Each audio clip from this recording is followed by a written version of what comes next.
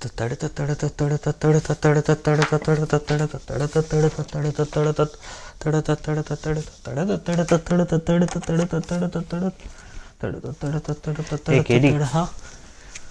are you sure you're okay with me doing the video and you handling the camera and stuff? कर रहे तू कर। अबे तेरे को मालूम है कॉन्टेक्चुअल प्लेलिस्ट को हिंदी में क्या बोलते हैं?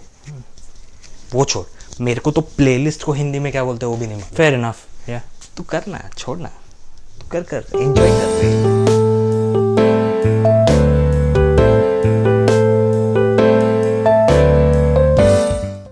Hey guys, welcome back to Beats and Beyond. My name is Gyaan and this is the 4th episode of Music Gyaan.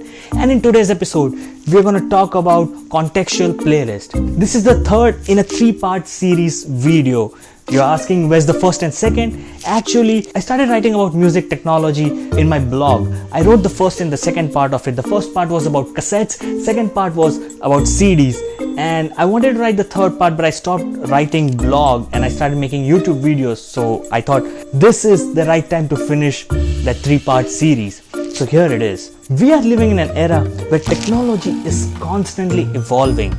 And it's not just recently. And that is what I talked about in my blog post. You can definitely check those out. I have mentioned the links in the description below. But to summarize it, we are in the 3rd generation of music technology. The first generation that started in the 80s up until 2000s was the cassette era. The second generation starting from 2000s to 2015 was the CDs, MP3 players era. And starting from 2015 onwards is the music streaming service era. Or you can say the first generation was analog, second generation digital, and the third generation is cloud. But why are we even discussing contextual playlists today? Why do we have to talk about it? Let me use the same timeline. In the first generation, we had cassette mixtapes. In the second generation, we had genre-based or artist-based playlists, rock, R&B, Sufi, ghazal, so on, so forth. In the third generation that we are living right now, we have contextual playlists. And what happens next? Personalized mixtapes, completing a full circle of all generations. So you may ask, why are they prevalent right now? Throughout this video, I'm gonna reference the same 3 generations. The first generation, the analog era. We had music companies who used to own and distribute music, such as T-Series, Sony Music, we had HMG, we had Tips. And the metric to measure the success of music was how many physical copies of cassettes did they sell. During that era, some of you might remember, we started making cassette mixtapes.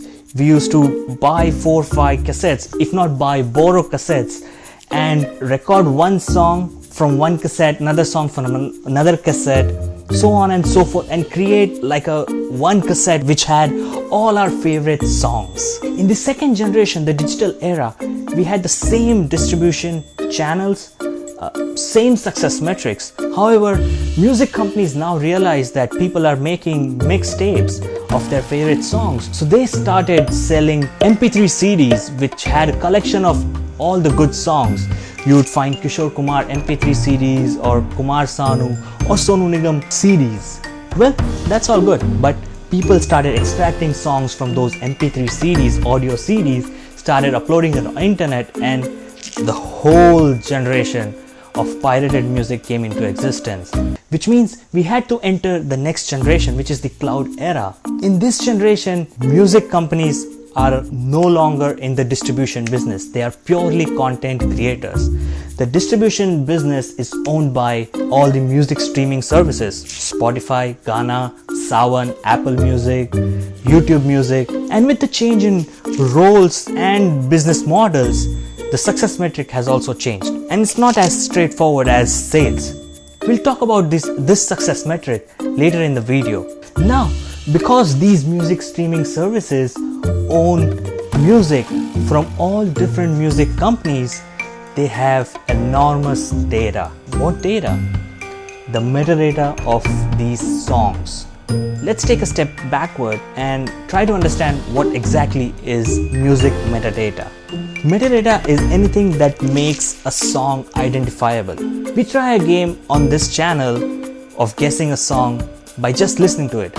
it's hell a lot of difficult task. And for that reason, we have metadata on songs. There are three types of metadata.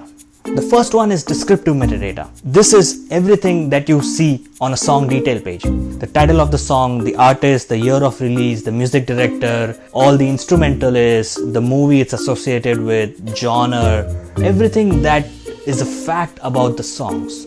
The second type of metadata is ownership data. This metadata gives details about who owns the music and who has rights to republish it and who doesn't, and who needs to be paid when this music earns. This is a whole different topic of conversation, and if you'd like to know more about this, let me know in the comments below. But what we are more interested in this third type of metadata, which is recommendation metadata. This metadata is not objective unlike the previous two. This is where the magic happens.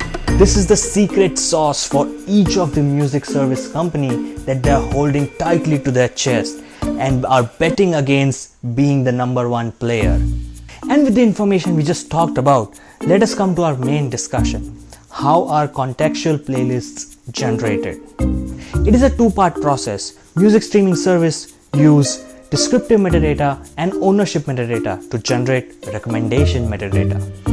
Like I said, this is their secret sauce, which means descriptive and ownership metadata is universal. The ingredients are the same. Apple Music, Spotify, Gyaan, everybody has descriptive metadata and ownership metadata. But how they generate recommendation metadata, it's up to their capabilities.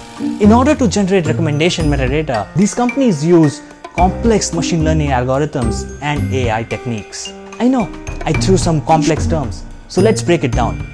Let's say I'm going to gym.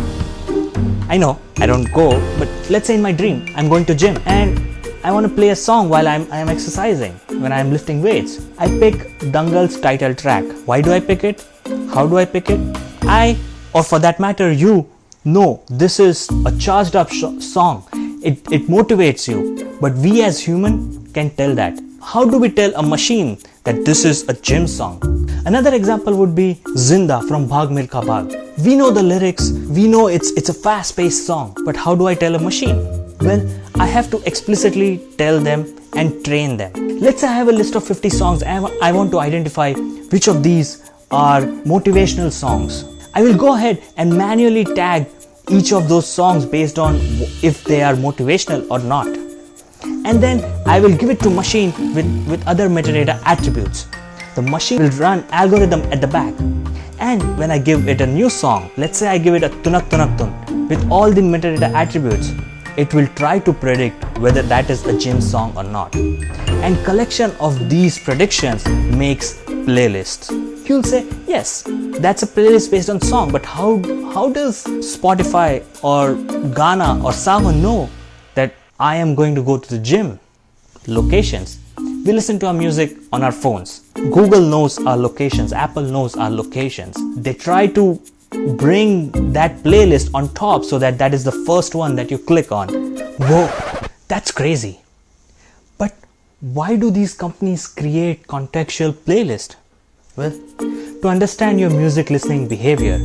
The end goal is at any given point of day, time, place or mood, it will give you the song that you want to listen without you explicitly telling it. They want to understand the psychology of how you listen to music.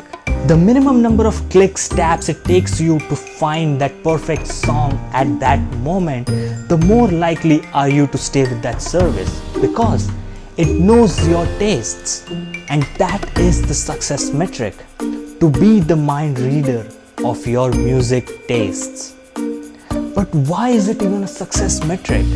Because it means the service is intuitive enough to understand its customers. And in order to do that, companies have to expand their collection, they have to have enough data to make that recommendation, and companies need to be able to make accurate recommendation, which means the depth and the breadth need to be there. Once that exists, they are able to give you those songs in fewer clicks, which means you are able to keep on subscribing to their service and give that recurring revenue to them. And that is the whole business behind contextual playlist. If you enjoyed this video and you want me to make similar videos or want to understand different parts of music business or music technology, feel free to write it in the comments below. Until then, ciao.